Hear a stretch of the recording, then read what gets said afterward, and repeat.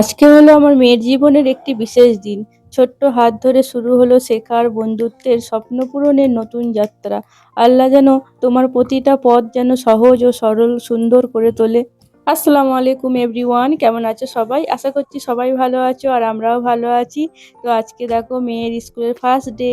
ও তো একটু কান্না বায়না করছিলই, তো যাবো না যাবো না করছিল, ভয় খাচ্ছিল। তার সাথে তো আমরা মা বাবা হিসেবেও একটু ভয় খাচ্ছিলাম যে মেয়ে কি করবে, কিভাবে থাকবে, ভয় খাবে কি না।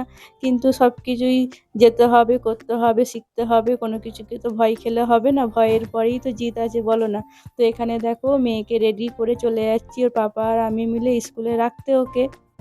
স্কুলে তো দিয়ে এলাম, ভালোভাবেই কান্নাকাটি একটু করছিল। তারপর দেখো ও ঠিক চুপ হয়ে গেছিল। ওখানে সবাই ম্যামরা ভালোভাবে ওকে বুঝিয়েছে, বেশ খেলায় ও ভুলে গেছিল, বেশ কয়েক ঘন্টার ব্যাপার, ভালোভাবেই ছিল বলছিল। তারপর দেখো এখানে ছুটি হয়ে গেছে, ওকে আমি এখন বাড়ি নিয়ে যাচ্ছি। ওর পাপা আসতে পারেনি, একটু কাজে ব্যস্ত আছে বলে।